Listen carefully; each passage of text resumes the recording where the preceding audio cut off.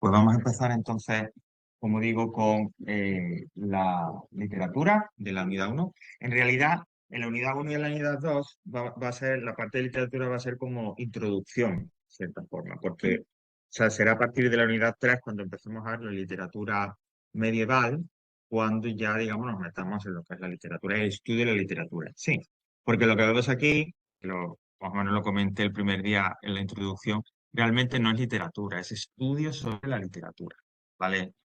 Lo que yo te expliqué es hoy que vamos a hablar de género literario, un poco de la métrica, o en la unidad 2 que se hablará también de otro tipo de teoría, etcétera. O cuando empecemos a analizar épocas y movimientos, ese estudio sobre la literatura. La literatura es, como decía, es un libro, una historia, entonces esa libertad y empieces con eso. Eso es realmente la literatura, no la acumulación de fechas, datos, ¿vale?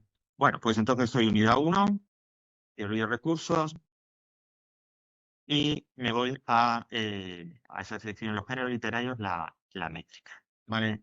Entonces, hoy lo que vamos a hacer en esta primera clase es hablar, bueno, pues, de eso que llamamos géneros literarios, ¿vale? Que de repente a lo mejor algo me suena, y si no lo aclaramos. Y un fenómeno, una disciplina, un elemento que está directamente relacionado con uno de esos géneros, concretamente con la lírica o la poesía, que es la métrica, que básicamente es el conteo de los versos. ¿Cuántas sílabas tiene cada uno de los versos? Pero bueno, vamos poco a poco. Subí no sé si por si alguno lo habéis descargado o tal, y si no, cuando lo miréis. En la sección de teoría en PDF, ¿vale? Que es el botón rojo donde está toda la teoría de lengua, literatura y demás. Cuando estáis en la unidad 1 y pincháis en el enlace de literatura de esa unidad 1, vais a encontrar que se ha colgado un archivo, o sea, el mismo archivo que había, pero modificado. Que es el que vamos a proyectar aquí, que es el resumen de ese archivo original. Es decir, está toda la teoría que ya había, pero lo que he hecho es subrayar directamente lo más importante, lo esencial, y ese es el que se ha colgado. De manera que a la hora de verlo aquí en clase o de que vosotros mismos lo repaséis, vayáis directamente a la idea más importante, ¿vale? Así que vamos a ello. Creo que aquí no lo cargué, que solo lo cargué, efectivamente, solo lo cargué en teoría en PDF, así que bueno, vamos a volver ahí. Y así también ya vemos. Aquí está, teoría en PDF, unidad 1 y aquí está el archivo de literatura y aquí está. ¿Veis? Entonces, a la hora de repasarlo y demás, pues lo subrayado es lo importante, ¿vale? Pero nosotros dicen, no, pero no me entero bien, yo prefiero hacer uno a uno. No hay ningún tipo de problema, se podría hacer el resumen y después que, bueno, ya os ofrezco esta versión, este resumen, como digo, también para un poco a que aquí en clase sea más. Bueno, vamos a empezar, dice, por géneros literarios. ¿Qué es? Me gusta siempre leer un poco las definiciones y luego un poco explicarlas, ¿no? Dice, los géneros literarios son la forma de expresión artística en que se presenta una obra literaria. ¿Qué quiere decir esto? La literatura, las obras literarias, se clasifican como en tres grupos, ¿vale? Cada uno de esos grupos lo llamamos género, y cada género va a tener unas características especiales, ¿vale? Pero la idea es esa, esos géneros literarios son tres grupos, tres categorías, y todas las obras literarias, más o menos, se clasifican en uno de esos tres géneros. Como se sugiere la definición, esos géneros literarios indica cada uno es una forma diferente de expresar, de crear, de mostrar esa obra literaria, ¿no? Y por eso tiene que ver, digamos, con esa forma diferente de expresar o de hablar de la obra literaria, es lo que diferencia cada uno de los... Las características corresponden a las características de cada uno de los. Bueno, tres grupos, como digo, en los que se clasifican las obras literarias, que son el género lírico, que es la poesía, el género dramático, que es el teatro, y el género narrativo, pues que son las novelas, las historias cortas, todas las obras literarias. De una manera u otra, de forma más clara o menos clara, se van a clasificar en cada uno de esos grupos. Y cada grupo, como digo, tiene sus propias características y su propia forma de expresión. El primero es la lírica, la poesía. ¿Qué es lo importante en la lírica, no? ¿Cuál es la principal característica, como dice él?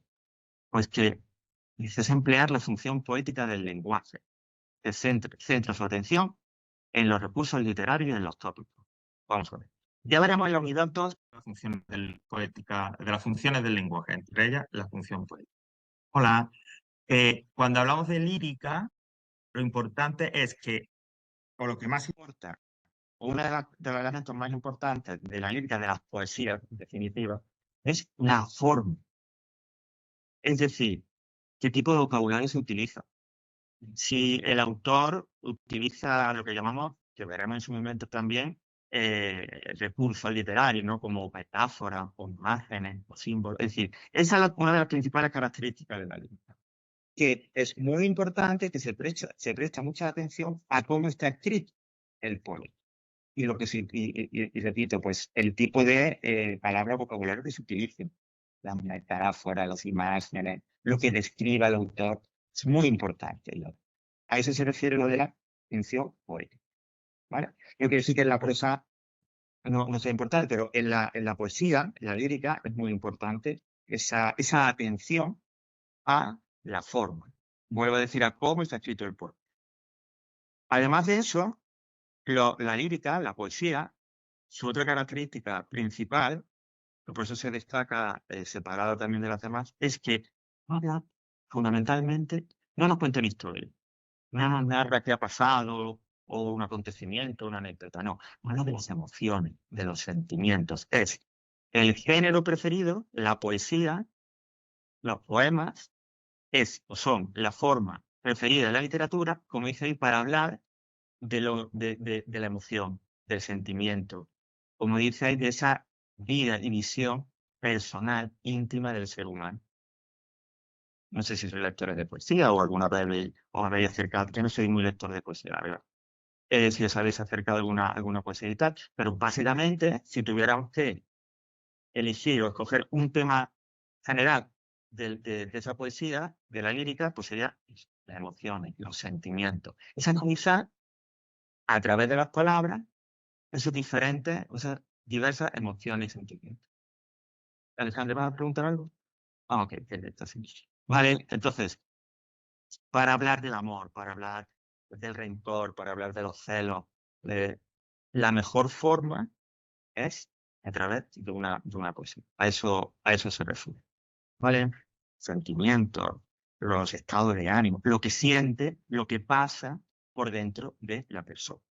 También se hace, y esto lo añado yo, que en muchas ocasiones la poesía puede ser un poco complicada, ¿no? de entender, porque el acercarse a todas esas emociones, sentimientos, lo podemos vivir nosotros en nuestra vida cotidiana, pues es bastante complicado en muchas ocasiones. Otras características que tengamos en cuenta. Se suele utilizar la primera persona, es decir, el poeta habla desde el yo, me siento hoy, tal. Suelen ser obviamente los poemas, suelen ser breves, es decir, suele estar todo concentrado, ¿no? Aunque existen poemas tranquilísimos, pero el típico poema, ese poema, esa poesía que habla de esa emoción, de ese sentimiento, suele ser breve, concentrado, como dice ahí. Para la expresión de esas emociones, aparte del vocabulario, aparte de las frases que utilice, el poeta suele emplear imágenes, símbolos, metáforas, porque realmente quizá una forma más cercana, bueno, es quizá una fórmula mejor para que el lector entienda de lo que está hablando, ¿vale? Es decir, que si estoy hablando a lo mejor pues del sentimiento de tristeza por la pérdida de alguien, pues de repente si eso me lo trata, lo analiza en un poema con imágenes, ¿no?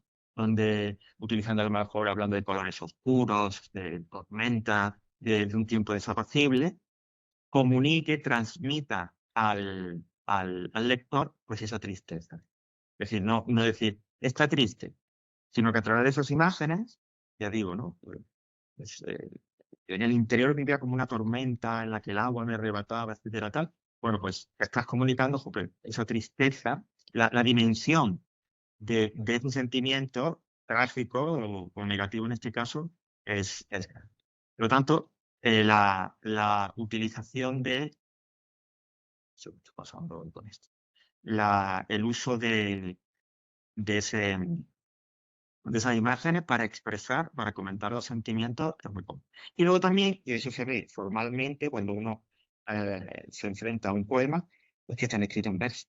Es decir, en líneas más cortas que la línea en prosa, ¿no? Hablando un poco así de forma más coloquial. Esa es la característica formal más evidente, más clara. Vale. A grandes rasgos, esto es la definición o las características de ese primer grupo, de ese primer género, que es la lírica o la poesía.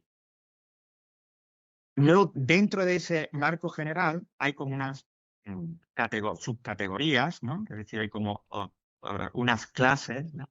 En las que también se subdividiría la poesía. ¿Vale? Vamos a ir viéndola, ¿vale? Es un poco con una numeración, pues puede resultar un poco así, pero bueno, lo que yo he intentado hablar de subrayar es que para cada una de ese tipo de poesía, para cada una de esas subcategorías dentro de la categoría general de lírica poesía, bueno, pues dar una clara y única de lo que significa o para qué se utiliza ese poema, ¿vale? Porque si ya habéis hecho o vais a hacer el ejercicio de la evaluación de literatura, consiste precisamente en eso. Una de las partes es que se te presentan varios poemas y tú dices, ah, pues este es una canción o este es una égloga. ¿Vale? Bueno, vamos primero con lo que llaman subgéneros épicos. Bueno, tampoco prestarle mucha atención a eso. Mejor a lo que son los distintos tipos de poesía.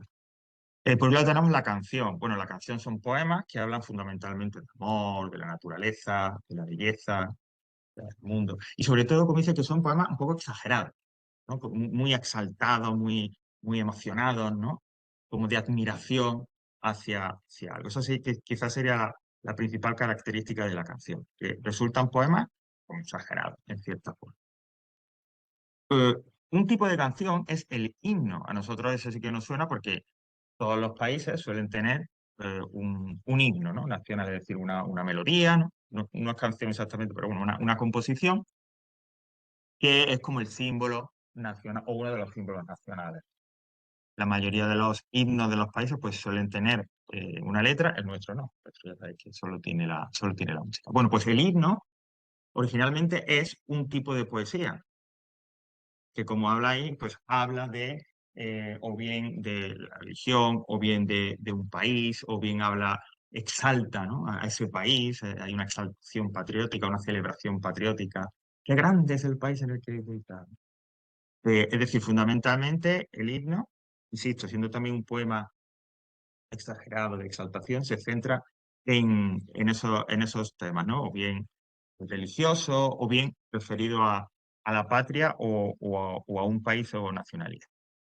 Luego tendríamos la oda, que frente a estos dos, que son, como digo, muy exagerados, muy exaltados, hola, Soraya, ¿qué tal? Es como más tranquilo, más reflexivo, da más lugar a meditar, a pensar, ¿no? A reflexionar, ¿ok? Que sobre todo la idea es como eso, más tranquilo. La elegía, que es el poema típico para expresar el dolor, la tristeza, especialmente por la muerte de alguien, ¿vale? Pero siempre que escucháis o veáis por ahí elegía, siempre pensad en un poema triste, en una composición triste, ¿vale? Es lo que la define. La égloga, bueno, estos poemas que hoy en día ya no se hacen tanto, si eran muy comunes, por ejemplo, ya lo veremos en su momento, en el periodo del Renacimiento, son unos poemas como un poco fantásticos, imaginativos, en las que nos llevan a un mundo ideal, ¿no? Como esto que se dice ahora del país de los unicornios, ¿no? Un mundo ideal del campo, donde hay unos pastores y unas pastoras que están todo el día por ahí libres y que su única preocupación es enamorarse unos de los otros o desenamorarse unos de los otros. Son poemas, ya digo, que quizás están a esta altura un poco anticuados, pero que en su momento sí tuvieron un gran éxito y una gran aceptación, ¿no? Hablando de ese amor, de la naturaleza, etc. Eh, la sátira, siempre que escuché, igual que si al escuchar decía, tenéis que pensar inmediatamente en tristeza, muerte y tal, cuando escuché el término sátira, pensé de lo contrario, en una burla, en una crítica que ridiculiza a alguien. Es decir, es como expresar a través del poema una burla, en la que a través de esa burla se denuncia, como dice ahí, o se critican vicios, defectos, errores, y a veces incluso de una manera un poco hostil, ¿no? Como sin concesiones.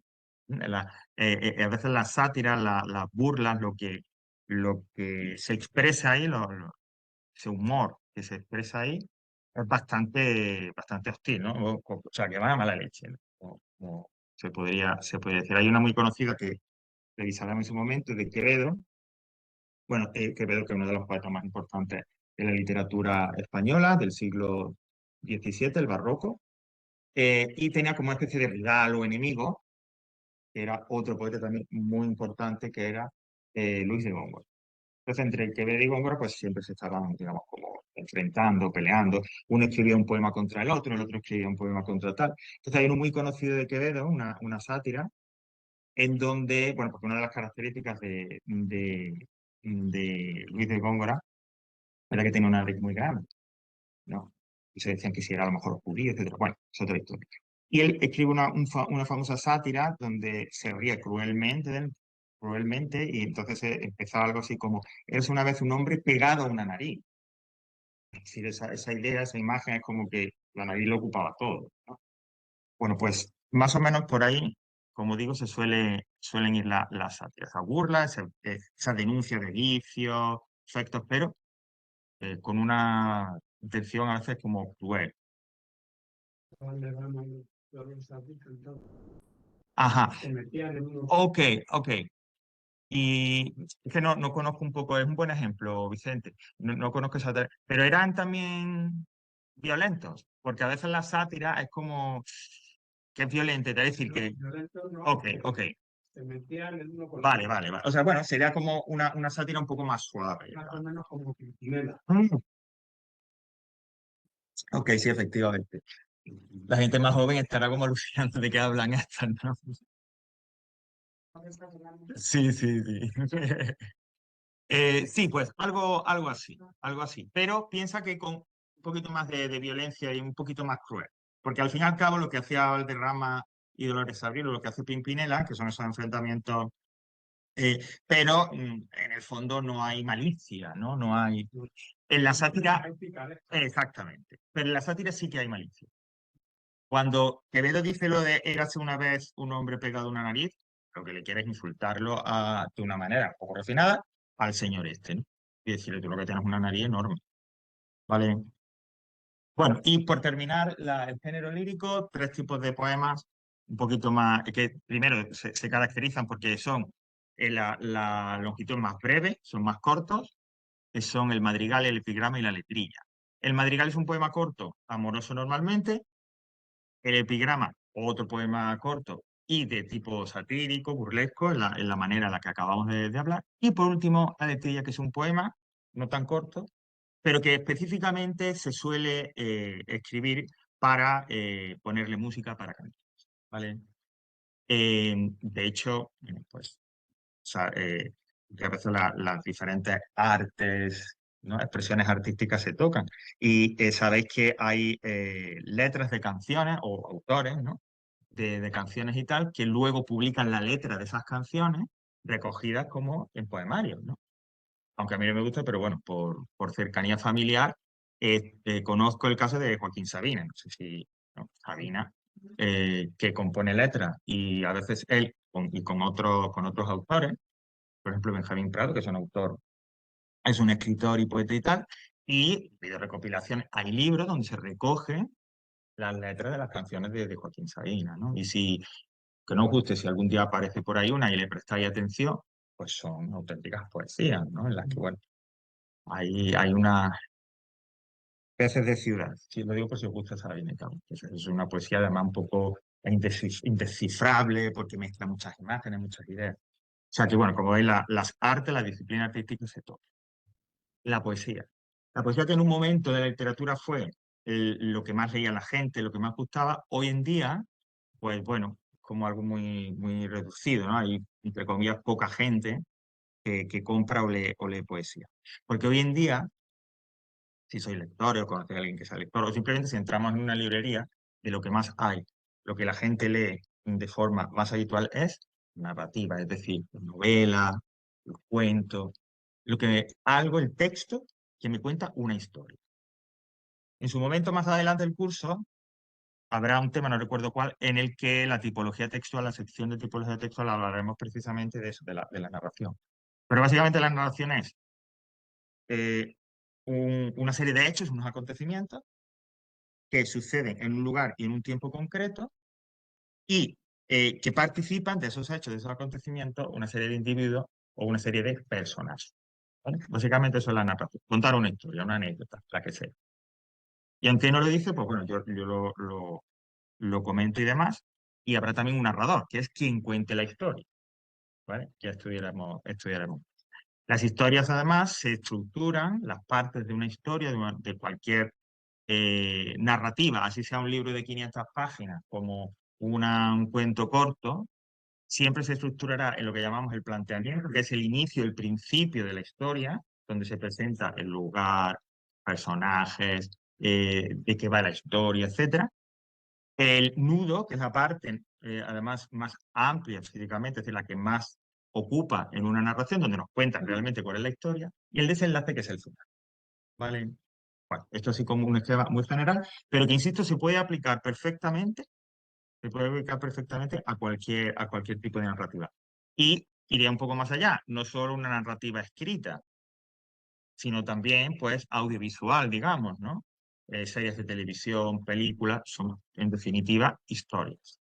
Historias donde esos elementos que encontramos, como digo, en un texto narrativo, también los podemos identificar ahí. Ya veremos también que es habitual, sobre todo en aquellas narraciones que sean más complejas, esas narraciones más literarias, en donde, aparte de contarnos los acontecimientos, aparte de contarnos una historia, nos hablarán de los personajes, de ese mundo interior, de qué pasa por su cabeza, cómo reaccionan ante lo que está pasando, cómo se sienten, cuáles son sus planes, ¿vale? Será lo habitual también. Claro, se dará cuando ya no solo nos cuentan los hechos, sino que se amplía, digamos, a hablar de los personajes, a cómo son, qué les pasa por dentro, cuáles son sus planes, sus intenciones, etcétera. Lógicamente la narración, la historia, será un poco más compleja. Bueno, una de las características formales que son más evidentes a la hora de acudir a una narración es que está escrita en prosa. La poesía era en verso, normalmente la narración se escribe en prosa. Pero no es la única opción. También tenemos lo que podemos llamar poemas narrativos. Es decir, que en lugar de contarme la historia a través de la prosa, y ser, pues ya digo, un relato, una novela, pueden contarme la historia a través de una composición en verso. ¿Es lírica? No, porque realmente esos poemas o sea, no me están analizando, no me hablan de un sentimiento concreto y tal, como hemos visto en la clasificación anterior, sino que me cuentan una historia, pero que está escrita en verso. Pero hay un principio, hay un planteamiento, un desenlace, hay unos personajes, una localización. Insisto, es una narración, es una historia, pero en verso. Normalmente este tipo de narraciones en verso, para un poco buscar ejemplos y demás, hay que ir al pasado, sobre todo el origen de la literatura, ¿vale? Y ahí encontraremos, como digo, poemas, algunos largos y además poemas que son parte de la historia de la literatura, que aunque están escritos en verso, aunque tienen rima, aunque tienen un poco esas características que uno asocia a la poesía, realmente lo que hacen es contarnos una historia, ¿vale? Por ejemplo, tenemos los poemas, las narraciones o poemas épicos, ¿no? Que pues esto es toda aquella historia contada en verso, en un poema, donde hay un héroe que puede ser fantástico o puede ser real, ¿no? Entonces lo que se nos narra son las hazañas, ¿no? De ese héroe, qué ha hecho, cuáles son sus aventuras, ¿eh? Como dice ahí, los hechos legendarios. Estos héroes pueden ser reales o ficticios, ¿no? Hay veces también que estos poemas épicos, ¿no? se relacionan con o se utilizan para explicar el origen de una nación, el origen de un país. Entonces lo llamaríamos epopeya, ¿vale? Es decir, cuando hay un poema épico que me narra una historia con un héroe que me cuenta sus aventuras y sus hazañas, pero específicamente esa historia de ese héroe, lo que también me está narrando es el origen de un país, de un imperio, de una cultura nueva, entonces lo llamamos epopeya, ¿vale? Por ejemplo, el Imperio Romano, eh, eso lo estudiáis con Carlos, ¿no? O no, esa parte de la... Bueno, el Imperio Romano, pues sabemos la importancia que tiene, ¿no? De hecho, nosotros en cierta forma somos hijos del Imperio Romano, nuestro idioma y diversos idiomas en Europa vinieron del latín, que era el idioma que se hablaba en el Imperio Romano. Bueno, pues hubo un poeta, Virgilio, pues no recuerdo exactamente en qué época, creo que ya era después del nacimiento de Cristo, en el que le encargan, un emperador, le encarga, mira, escribe un poema, ¿vale? En donde narres, digamos, una historia con un héroe, y esa historia y ese héroe supongan el origen que cuenta de la historia debe ser que se fundó Roma y que vamos así de grandes, ¿no? Y explicar un poco la grandeza de nuestro imperio. Bueno, es lo que se llama la Eneida, ese poema. Entonces hay un héroe que es Eneas, ¿no?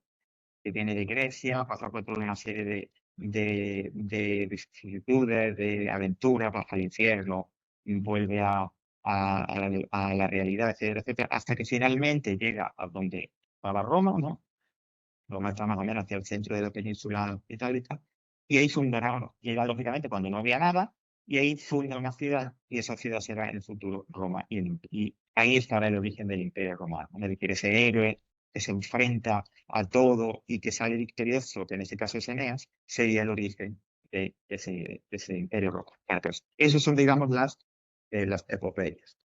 Y también tenemos luego poemas épicos, es decir, también poemas que nos narran acontecimientos de historia, eh, no tan, digamos, que no son tan ambiciosos como la epopeya y que se centran fundamentalmente en héroes a veces héroes locales, ¿no? De una comunidad, de una región, de una zona. Y que además eran muy comunes en la Edad Media. Eh, Aquí en España concretamente se le llamaba también cantares de gesta, ¿vale? La literatura castellana se le llamaba cantar de gesta. De hecho, cuando llegamos a la unidad 3 y empezamos ya con la literatura en sí, lo primero que vamos a estudiar o vamos a hacer referencias es a uno de estos cantares de gesta, quizás el más famoso de nuestra literatura, que es el poema del Niño Cid, ¿no? Donde está el héroe del Cid campeador y demás, ¿no? Ese héroe medieval bueno, que como digo, que incluso hoy en día más o menos, pues todavía sigue resonando de alguna manera. Más composiciones o más poemas, entre comillas, escritos en verso, pero que nos cuentan historias. El romance, que además el romance es una creación exclusivamente española. Es decir, eh, a lo mejor encontramos algo parecido en otras literaturas, pero el romance propiamente dicho es de la literatura castellana, de la literatura española. Pues mira, el romance eran como los telediarios de la época. Estamos hablando en la Edad Media, fundamentalmente, que es cuando surge esta composición. Claro, pues pues no sé, imaginaba la Edad Media Morata y Arganda. ¿Cómo se enteraba el de Morata de lo que pasaba en Arganda? Porque acá sí pensamos que en esa época la gente no se desplazaba. Había personas que de repente nacían en su pueblo y morían en su pueblo y nunca salían, ¿no? De ese pueblo. Es decir, no había ni las comunicaciones, ni se transmitía la información de la misma. Bueno, pues una de las formas que había para que la gente de las distintas localidades se enterase de lo que estaba pasando, de las noticias, eran a través de estos poemas narrativos, a través de los romanos. Entonces había unos recitadores, digamos, los que llamábamos juglares, que iban de pueblo en pueblo y entonces llegaban a la plaza del pueblo, a lo mejor un día de mercado y tal, y ahí ponían, a través de un romance, contaban, pues, varias de las noticias más importantes. Pues si había habido una batalla, si, por ejemplo, había fallecido el rey, etcétera, etcétera. ¿Vale? Pues le daban el dinero que tal, y volvía se iba a otro pueblo y volvía a contar ese romance, digamos, ese noticiero, a través de esas noticias, a través del romance en el otro. Aunque los que nosotros veamos en su momento van a lógicamente estar por escrito, pero este tipo de poemas, este tipo de narraciones son fundamentalmente orales, de transmisión oral, como hay dice. Recuerdo lo que dije, no sé si fue la semana pasada o en el principio de la presentación, el origen de la literatura es oral. Primero, la literatura surgió en la oralidad, es decir, a través de, pues, sobre todo de poesías o de narraciones que se transmitían de unos a otros, y luego, con el paso del tiempo, esas composiciones, esos poemas, esas narraciones que eran orales, alguien se dedicó a escribirlas y a que, por lo tanto, a la hora de escribir, se conservaran y llegaran a nuestros días. Eso pasa, por ejemplo, ya lo veremos con el Cantar del Mesías. El Cantar del Mesías es ese poema épico sobre este héroe que se nos cuenta, se nos narra y demás. Ese poema era oral y se transmitía oralmente, ¿no? Se iban pues como el romance, ¿no? De pueblo en pueblo, contando esa historia, la gente la escuchaba. En un momento concreto, mucho tiempo después, muchos años después de que empezara a conocerse y empezara a recitarse oralmente ese poema, alguien decidió escribirlo. Y es por eso que lo tenemos hoy en día. De repente habrá muchas de estas composiciones, muchas de estas narraciones, como no, nadie las ha escrito, nadie las ha escrito, lo han llegado en la actualidad y se perdieron. Bueno, vamos ahora con el género narrativo o con un tipo de narración ya en prosa, que digamos es algo que uno asocia cuando habla de la historia, de narración y demás, uno siempre lo asocia a la prosa. Bueno, la novela, eso sí que es la reina hoy en día en las librerías y en las preferencias de los lectores, ¿no? Lo que se caracteriza la novela fundamentalmente es porque suelen ser narraciones, suelen ser historias complejas, extensas, largas, etcétera. Es decir, que no es una pequeña anécdota, sino que hay muchos personajes, hay muchas localizaciones, son muchas cosas, ¿no? Estos días recordaba yo, por eso en el nivel 2, como he estado viendo este tipo de texto, esta serie que se basa también en libros, que es Juego de Tronos.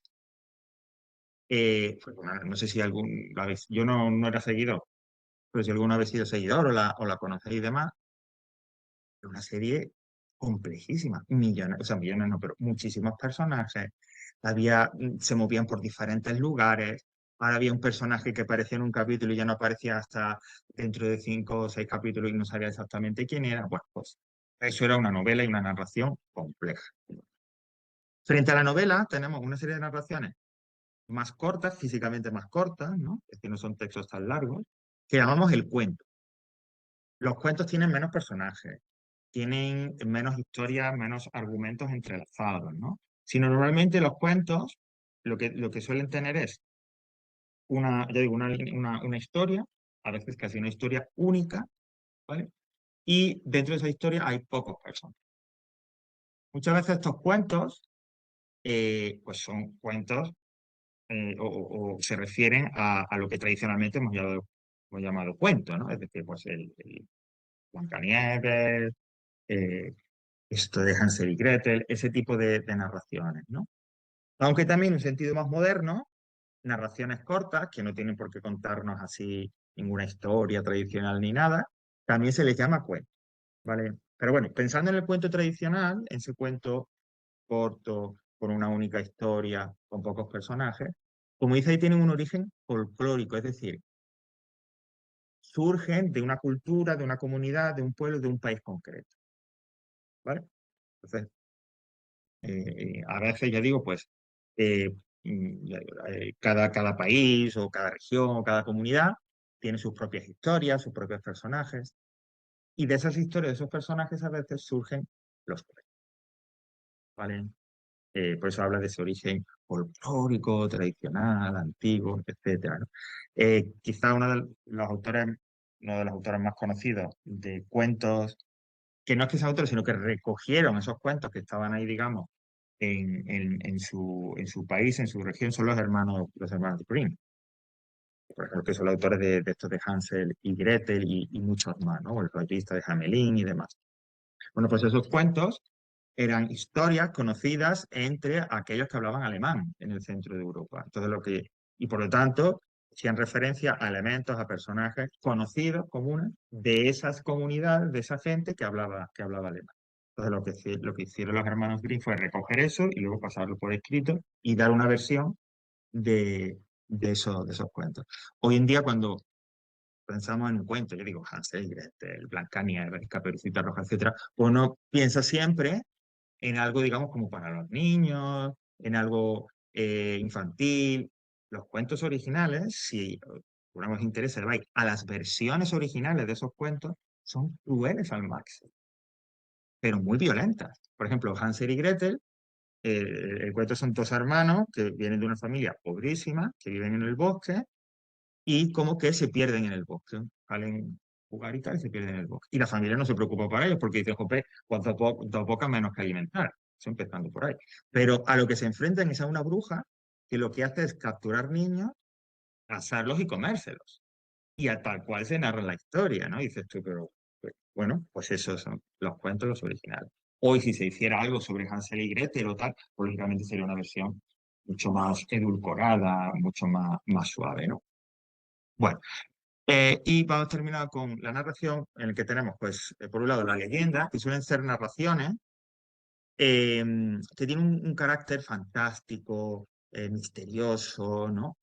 Cuando uno a lo mejor hay, pues eso, si viajáis o vamos a un país concreto y nos dicen, bueno, aquí está la leyenda, no sé, del monstruo del lago Ness, y normalmente son historias, digo, que tienen un corte fantástico, que a lo mejor vienen también de muy antiguo, que se han contado siempre en ese lugar, ¿vale? Que tienen ese componente de eso, fantasía, misterio. Y por último, la fábula. Ahorro lo del Apolo. Las fábulas son también narraciones, también son narraciones más o menos cortas, normalmente protagonizadas por animales que hablan a lo Disney. Y la característica fundamental es que son narraciones que nos quieren enseñar algo. Por eso se habla de que son didáctico-moralizantes. Eso quiere decir que son cuentos, narraciones, cortas, insisto, en las que a través de lo que pasa, pues te están enseñando un valor, una actitud, un tipo de comportamiento. Y por eso, en muchas de ellas, cuando termina la narración, existe lo que se llama la moraleja, que son, pues, a lo mejor un breve párrafo o una breve estrofa, en donde se recalca, digamos, donde se resume qué es lo que te están enseñando ahí. Una de las más conocidas es la fábula de la cigarra y la hormiga. Básicamente la historia es que es el verano, entonces la hormiga se pasa el verano buscando comida y acumulando la comida. Y mientras tanto la cigarra pues está ahí ya echada un poco al sol y tocando y tal. Oye, cigarra, ¿no te vas a preparar para el invierno? Ah, no, ya veremos, ya en su momento. Llega el invierno y mientras la hormiga, pues lógicamente no va a tener problema para pasar el invierno porque ha acumulado comida y tal, la cigarra, si no la ayuda, se morirá de hambre porque no tiene. ¿Cuál es la moraleja? Pues que hay que esforzarse y hay que prevenir para que en el futuro nos pueda ocurrir algo más. Eso es el fábula, esos son las fábulas. Y por último, el género dramático, el teatro. Como dice ahí, el género dramático, las obras dramáticas, son obras que nos cuentan una historia, pero en lugar de contárnosla para leerlo, la cuentan a través de los diálogos de unos personajes, de los diálogos y de las acciones de unos personajes. Y por eso el teatro, fundamentalmente, que insisto, se escribe, el teatro se engrandece, o la función principal del teatro es que haya unos actores que lo representen en un escenario. Entonces, esos actores o esa obra de teatro nos contará esa historia, esa narración, a través de lo que esos personajes hagan o dicen, ¿vale? Habrá diálogo, habrá monólogo, incluso a veces hay música, pero sobre todo es esa idea, digamos, como el género literario más vivo, más directo. Que aunque se editan obras de teatro y uno las puede leer y tal, pero realmente el teatro es para verlo en un teatro, en un escenario, que es cuando, digamos, cobra todo el sentido. Siguiendo un poco el, o la tradición, ¿no? que precede incluso de la literatura griega y tal, originalmente la obra de teatro cumplía lo que se llamaban las tres unidades, es decir, que ocurría en un solo momento, en un solo tiempo, una tarde, un día, un año. Había una sola historia, una sola línea argumental y ocurría en un solo lugar. Unidad, como dice, de acción, de lugar o de tiempo. Insisto, había una sola historia, unidad de acción Esa historia ocurría en un solo lugar, castillo, la plaza de un pueblo, y en un, digamos, periodo, en un único periodo temporal. Podía ser una tarde. Bueno, ya veremos en su momento, cuando lleguemos al barroco y tal, como Lope de Vega rompió todo y propuso otro teatro nuevo y diferente. Bueno, y aquí tenemos pues, los diferentes tipos de obras de teatro que podemos encontrar, ¿no? Pues la tragedia, que siempre tiene un carácter negativo, ¿vale? En las que suceden, digamos, los hechos más dramáticos. La idea original de tragedia eran historias, obras de teatro en las que hay un personaje que lucha contra el destino, ¿no? De repente, al principio de la obra, ese personaje hay un adivino, a veces ocurría eso, ¿no? Que le dice, bueno, pues en el futuro tú matarás a tu madre y a tu padre. ¿Cómo es eso posible? Entonces nos cuentan toda la historia, se desarrolla la obra de teatro y finalmente ocurre eso de una manera u otra, aun cuando el personaje intente evitar, ¿vale? Suelen ser personajes de clase alta y siempre hay mucha muerte. Al final morirán de alguna manera. La comedia es lo contrario, porque son, digamos, obras más amables, más humorísticas. Por eso, tradicionalmente, en la comedia, los personajes que las protagonizaban eran, como decimos ahí, pues personajes de clase media, de clase baja, pero nada de nobles o de familias ricas ni nada de eso. La mezcla de ambos, de tragedia y comedia, es la tragicomedia. El entremés y el auto sacramental, aunque lo mencioné aquí un poco de pasada, pero lo estudiaremos un poquito más cuando lleguemos al barroco. En las representaciones teatrales, cada obra de teatro tenía tres partes, que se llaman actos. El primer acto, el segundo acto y el tercero. Vale. Entre cada acto, entre cada parte de la obra, había un pequeño descanso. Pero ese descanso no era pues nada, la gente se quedaba por allí y no había nada, no, sino que en esos descansos también había pequeñas representaciones, pequeñas obras de teatro o actuaciones, ¿no? Pues de juegos malabares o cosas de ese tipo. Pues bien, si se presentaba una pequeña obra de teatro, pues lo que sería un sketch a lo mejor de un programa de televisión o alguna cosa así. Esa obra, esa mini obra de teatro, es lo que se llamaba entremés. Y por último, el auto sacramental, que bueno, que es algo muy propio del barroco, porque son obras de teatro, pues que son como alegóricas, en donde los personajes pues son personificaciones de valores, de ideas, ¿no? Pues el protagonista de esta obra es el valor, y el valor se enfrenta al miedo, ¿no? Y el valor es un personaje, lo interpretará un actor, y el miedo es otro personaje, y lo interpretará otro. Aunque fundamentalmente se relacionaban o hablan de temas religiosos. Bueno, se acabó la tortura. Que verlo y tal. Vale, pues vamos a volver entonces a este apartado del tema uno de la literatura. Y ahora vamos a hacer referencia a la métrica que está relacionado con uno de esos géneros, como decía, como es la poesía online. ¿Vale? Si descargáis el archivo de métrica española, veréis que tiene como 8 páginas o por ahí. Pero en realidad, la que vamos a ver aquí y la que nos interesa son. A ver, em, ¿qué se puede poner más grande?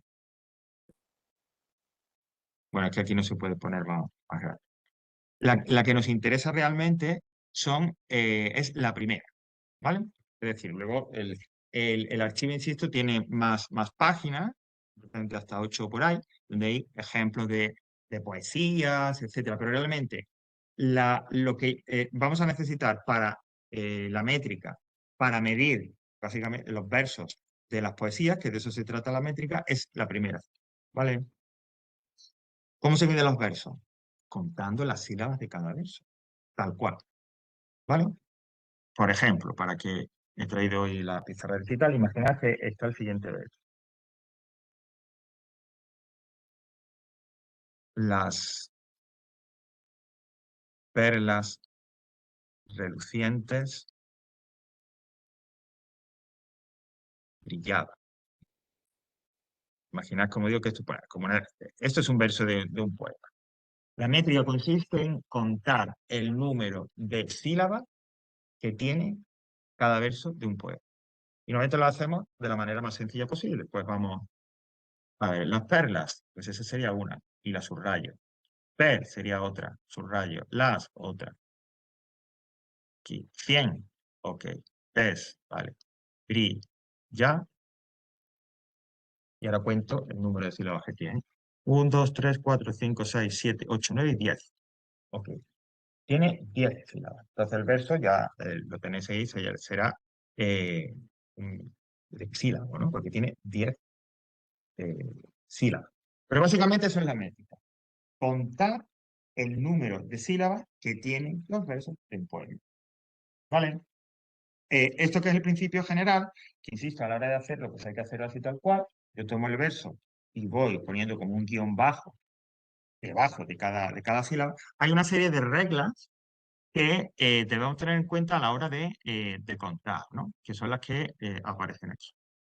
Primero, hay que fijarse siempre en la última palabra del verso. Si esa última palabra es aguda, es decir, el golpe de voz, la sílaba tónica es la última sílaba de la palabra, a los versos, a las sílabas que haya contado, sumaré una más. Por ejemplo, en el que hemos puesto, aunque la última palabra no es aguda, imaginad que la sílaba tónica, el golpe de voz fuera el pan, la última, pues a esos 10 tendría que sumarle uno más y serían entonces 11 sílabas. Y por lo tanto el verso sería en decasílabos. ¿Vale? Si la última palabra es, como digo, aguda, el acento está en la última, hay que contar una más. Si la última palabra es, como en el ejemplo que hemos puesto, una palabra llana, en la que en la sílaba tónica, el acento está en la penúltima sílaba, perdón, no pasa nada, se queda igual, ¿no? En ese ejemplo que hemos puesto, en brillaba, ¿cómo volvemos aquí? Brilla, exactamente, es decir, es llana porque estamos en la penúltima sílaba. Si la palabra es aguda, perdón, es llana, acento o sílaba tónica en la penúltima, no pasa nada. ¿A qué cuento 10? Pues 10. Y el último caso es que si la última palabra es esdrújula, es decir, que la sílaba tónica es la antepenúltima, entonces tendría que restar a la sílaba que he contado una. Y entonces, por ejemplo, imaginad que ese verso terminara en una esdrújula, yo cuento son 10, pero como esa última palabra es esdrújula, le tengo que restar una. Y entonces de 10 pasarían 9. Para ir concretando, porque yo digo, el ejercicio que hay que entregar y tal, una de las partes es precisamente medir, ¿no? Analizar versos desde ese punto de vista. Pues cuando contéis, insisto, hay que hacer, y lleguéis al final del verso, tenéis que ver qué tipo de palabra es. Pues hay que sumar o restar o no hacer nada, ¿vale? Son palabras que se clasifican, como veis, según donde vaya la sílaba tónica, ¿vale? Bueno, ahí tenía ejemplos. Hola, hidalgo y escuderos. Pues es ahí. Hola, hidalgos y escuderos, como la palabra última, escuderos es llana, se queda igual. De mi alcurnia y mi blasón. Blasón, como es aguda, sílaba en la última. Fijaos, al contar me salen 8 porque he contado 7, pero le sumo una más. Y adoro la hermosura y en la moderna estética, que tiene la sílaba tónica en la antepenúltima, me salen 14. ¿Por qué? Porque aunque originalmente cuento 15, le resto 1. ¿Vale? Entonces, esto que, bueno, estamos contando un poco así y tal, cuando empecéis, digamos, empecéis a practicarlo, empecéis a hacerlo, veréis que enseguida más o menos se coge el tranquillo, ¿no? y se entiende. Por lo tanto, cuento el número de sílabas. Me fijo en la palabra final por si tengo que hacer alguna modificación a ese conteo. A la hora, y si es esdrújula, se quita. Se queda igual, efectivamente. En la antepenúltima, como hay que dice estética, lo más habitual será que encontré o llanas o esdrújulas. Es un poco más difícil, pero también hay, de esdrújula. Pero sobre todo porque son además la mayoría de las palabras en castellano o son agudas o son llanas. ¿Vale? Entonces por eso será más habitual. Sí, Y que esdrújula puede ser que también, ¿vale? Pero la mayoría de las veces esa última palabra va a ser aguda o llana, sí.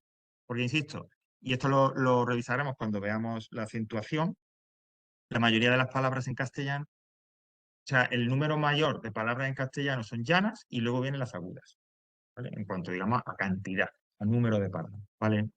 Bueno, a la hora de contar las sílabas en el verso, a ver, Ana, coméntame si quieres preguntar algo, a ver si a través del chat. Sí, era una pregunta, era que si en el examen va a haber ejercicios de contar sílabas Es que no de... sé por qué, Ana, pero no te oímos. Si lo puedes escribir en el chat y te respondo ahí, pero no sé por qué no deberíamos poder oírte, aunque fuera por aquí por el ordenador.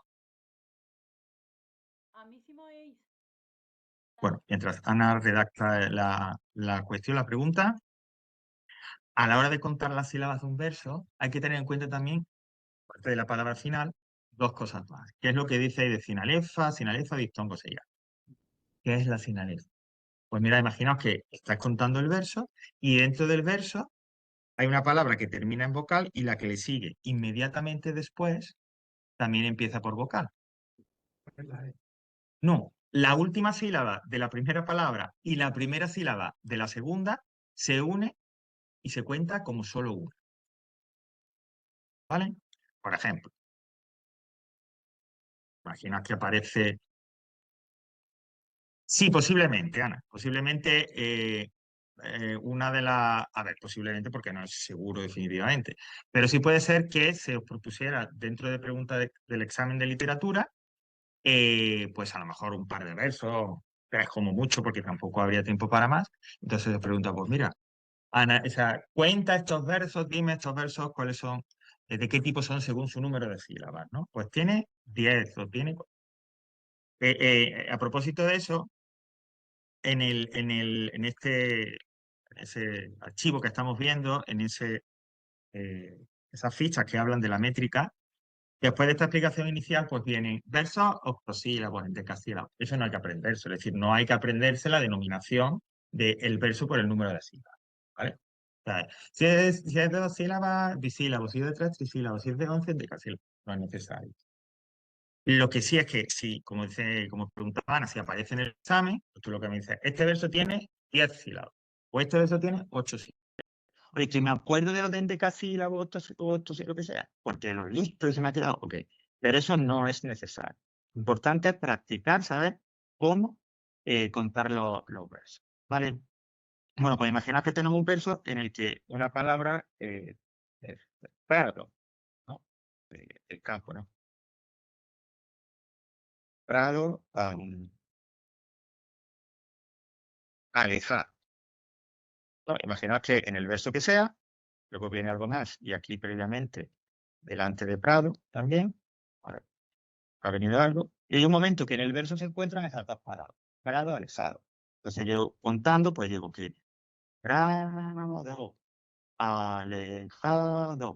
Pues bien, esa regla que denominamos sinaleza, lo que te... No entiendo por qué hace esto.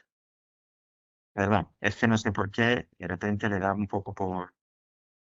digo que imagina que estáis ahí, que llegáis a ese punto para contar los versos, entonces me saldría 1, 2, 3, 4, 5 y 6, ¿no? Si os cuento así. Pero siguiendo esto de la finaleza que os estoy contando, esta palabra que termina en vocal y la siguiente que también empieza, esta sílaba, do, y la primera de la siguiente palabra, a, se unirían y se contaría como una sola. De manera que ya tendría 1, 2, 3, 4 y 5. Bien. ¿Qué ocurre? No sé. ¿Vale? Tendría en realidad 20.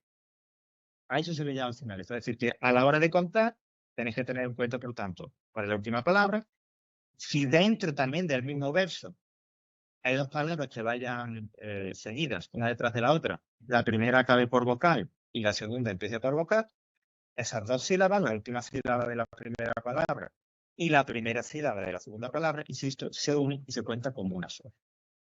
¿Vale? Y ya lo último de estas reglas generales de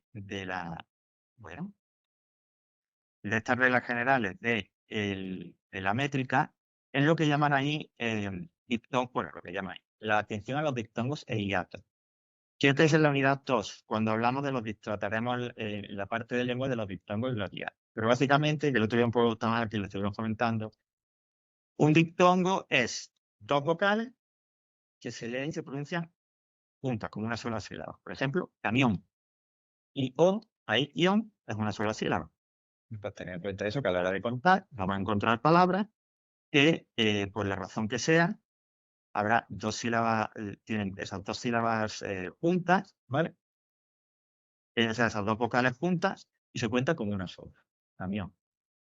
Y habrá veces, y entonces ese es el hiato, donde nos vamos a encontrar palabras en las que, aunque vayan dos vocales juntas, se contarán por separado, como sílabas separadas. Por ejemplo, parecí a.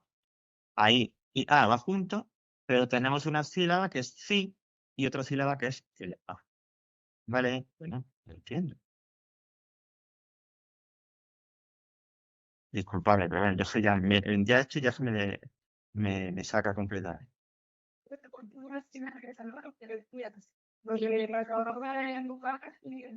Exactamente, eso es la finaleza. Exactamente. Y a la hora de contar, también tener en cuenta, como digo, la aparición de esos diptongos y de esos sílabas. Las dos vocales que van juntas y se pronuncian juntas con una sola sílaba, y las dos vocales que aunque van juntas, una va con una sílaba y otra va con otra. ¿Vale? Es muy habitual, por ir dando alguna pista, que en los hiatos, una de las vocales vaya acentuada con una tilde, para marcar esa separación. Como en parecí, ese ahí lleva una tilde. ¿Vale? Bueno, básicamente estas son las bases para la métrica, ¿no? A la hora de hacer la métrica, también existe, o también hay que tener en cuenta la rima. En una poesía, sabéis que hablamos de rima cuando tenemos el final de un verso, la última palabra de un verso, la última sílaba de ese verso coincide, ¿vale?, con la última palabra y digamos, la última sílaba de otro verso, ¿no? Es como si dijéramos camión o la palabra que aparecía antes, blasón. Imaginad que un verso acaba en la palabra camión y el siguiente o el que viene dos versos después acaba en blasón. Bueno, pues ahí rimaría que camión y blasón, esa última palabra de ese verso, acabarían de la misma manera, con el mismo sonido. ¿Vale? Si es como estoy diciendo de camión y blasón, vamos a volver aquí.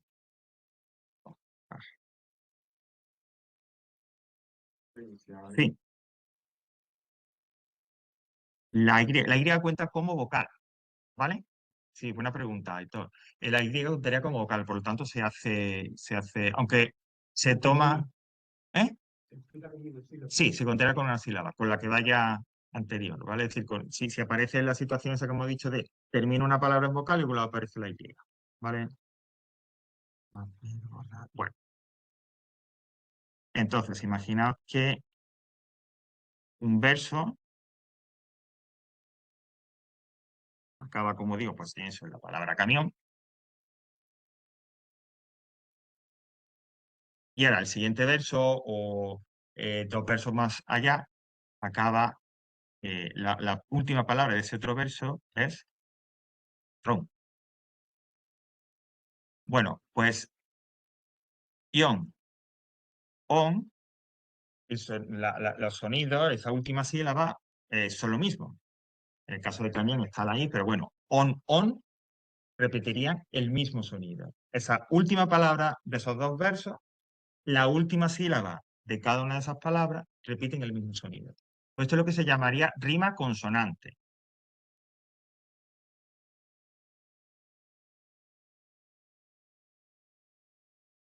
Bueno, la caligrafía es horrible porque, bueno, no me acostumbro a escribir aquí.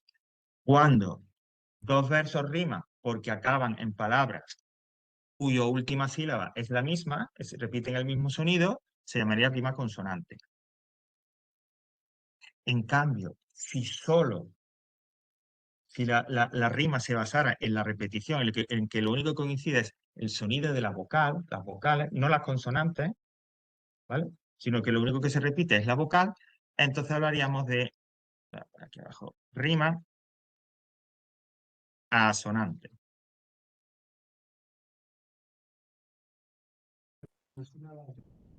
Si las dos sílabas finales de esas dos palabras coinciden exactamente igual, como ocurre con camión, patrón, la rima consonante. En cambio, si lo único que se repite, lo único en lo que coincide es en la vocal, y de repente lo que son las consonantes son diferentes, por ejemplo, una palabra acaba en ta y la palabra del verso con el que rima acaba en sa. Lo único que es en la vocal, en a. Pues en ese caso hablaríamos de rima asonante. ¿Vale? Cuando analizáis un poema, aparte de analizar el poema, lo que vais a tener que hacer es contar el número de sílabas, que las ponéis al final, o demás, que queráis, y también marcar cuál es la rima. ¿Vale? Entonces, yo, ¿cómo marcar cuál es la rima? Pues nada especial, de rima consonante o rima asonante, porque normalmente en un poema se suele repetir un solo tipo de rima. ¿Vale? Se suele, pero puede ser que se mezcle. Contaré el número de sílabas del verso. Debajo o al lado, donde ya digo, se vea bien, pongo el número de sílabas. 10, 8. Para todo el poema, diré rima sonante o rima sonante. Y también hay que indicar el patrón de la rima, es decir, cuál es el esquema de rima de un poema. Me explico. Imaginaos que estas líneas, imaginaos un poema de 4 versos y cada una de estas líneas es un verso. Entonces el primer verso rima con el tercero y el segundo con el cuarto. Pues bien, cada vez que aparezca una rima en un poema, tengo que marcarla al final del verso con una letra. Por ejemplo, esta es la primera rima, pues será A. Y el verso que rime con S, es decir, aquel verso que termine en una palabra cuya última sílaba coincida exactamente con el del primer verso, también lo marcaré igual. Como aquí hemos dicho que el primero y el tercero coinciden, arriba. Ahora, el segundo verso es otra rima. Entonces, como otra rima diferente, yo pondré ahora B.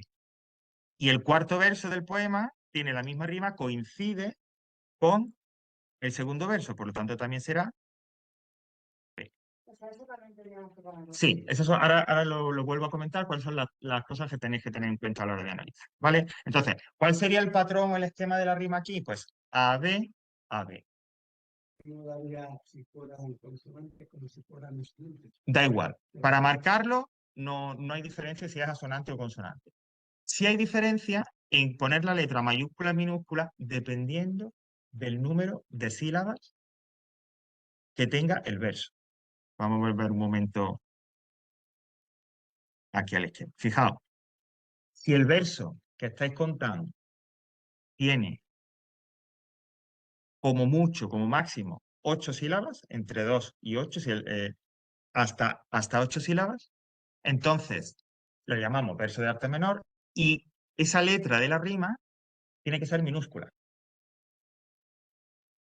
Si el verso tiene 9 o más sílabas, entonces se le llama verso de arte mayor y la letra que marcaría la rima tiene que ser mayúscula. ¿Vale? Hasta 8, minúscula. A partir de 9, mayúscula. ¿Vale? Entonces, no, la letra con la que marcas el patrón de la rima. Estas que hemos escrito aquí, por ejemplo, yo las he escrito todas en mayúsculas, pues querrá decir que esos versos tienen como mínimo 9 sílabas. ¿Vale? Imaginaos que el patrón es el mismo, pero ahora yo hubiera escrito esto.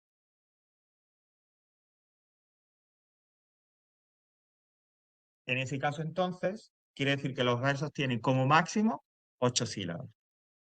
Por eso el patrón lo marco con letras min. ¿Vale? Bueno, vamos a resumir para que tengamos claro a la hora de analizar.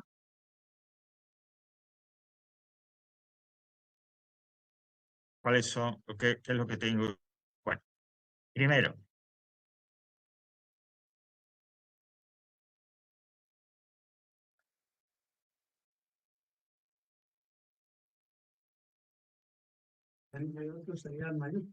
Perdón, Vicente.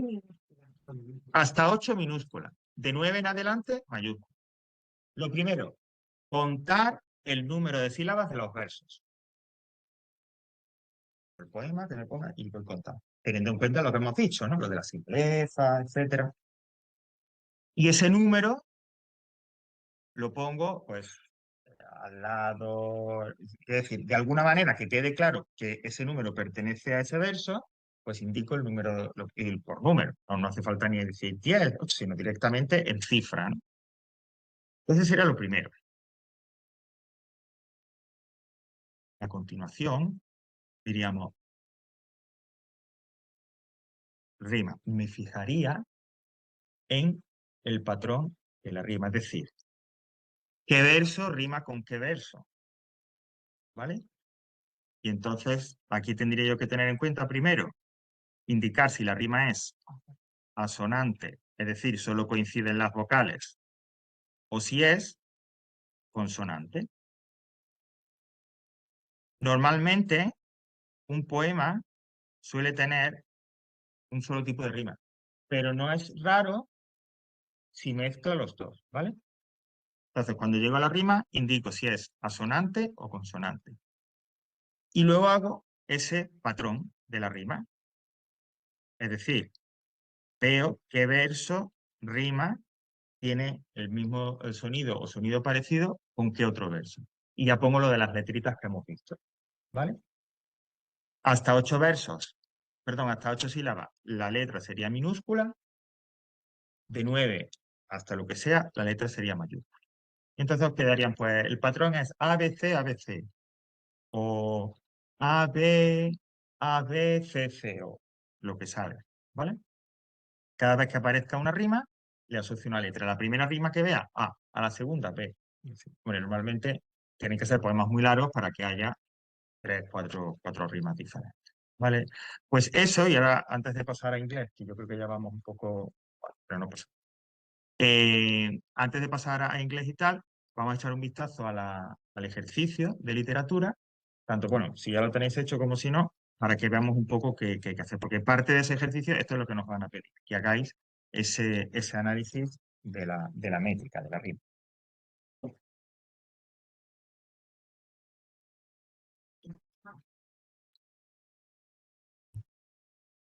Vale. ¿Ya habéis copiado eso? Vale, de todas maneras sabéis que si cualquier cosa como está grabado, lo podéis recuperar ahí. Entonces, vuelvo al aula virtual. A pasar esto. Está esto más raro. Se me ocurre, ahora me sale de aquí. Ahora, vale. Pues vuelvo a unidad 1 y me voy abajo del todo, en este caso donde dice evaluación literaria, al ejercicio que tengo que entregar, ¿vale? En un principio sí, es verdad, es hasta el 15. Lo que ocurre es que estoy viendo que quizás sea bueno ampliar y dar unos días más, porque creo que es demasiado ajustado. Así que no será raro que a lo mejor mañana encontréis que el lugar del 15 es el 20, ¿vale? Para que tengamos unos días, unos poquitos de días. Bueno, pues nada, le doy ahí, ¿vale? Y fijaos, hay un archivo con una serie de poemas. Y en cada uno de esos poemas, para cada uno de esos poemas, lo que tenéis que hacer, ¿qué es? Primero, siguiendo lo que hemos dicho, analizar la métrica y la rima, ¿vale? Segundo, ¿qué te cuenta el poema? ¿Cuál crees tú que es el tema? Y aquí me detengo un momento, porque claro, como hemos dicho, a veces la poesía pues, puede resultar un poco revesada, a lo mejor no entiendo muy bien de qué va. Aquí, en cuál es su tema, no tiene por qué haber una respuesta única correcta. La idea es que vosotros leáis ese poema y me contéis lo que os sugiere de qué creéis que va. Y al leerlo, pues yo interpreto, pues este poema habla del amor, o habla del cuidado de los niños, ¿vale? Hay algunos más claros, decía algunos poemas en donde los temas son muy claros y otros a lo mejor los que estén más abiertos a la interpretación. Pero, ya digo, leerlo y lo que os sugiera. Y eso que os sugiera, eso que hayáis entendido, ese tema será el correcto. ¿vale?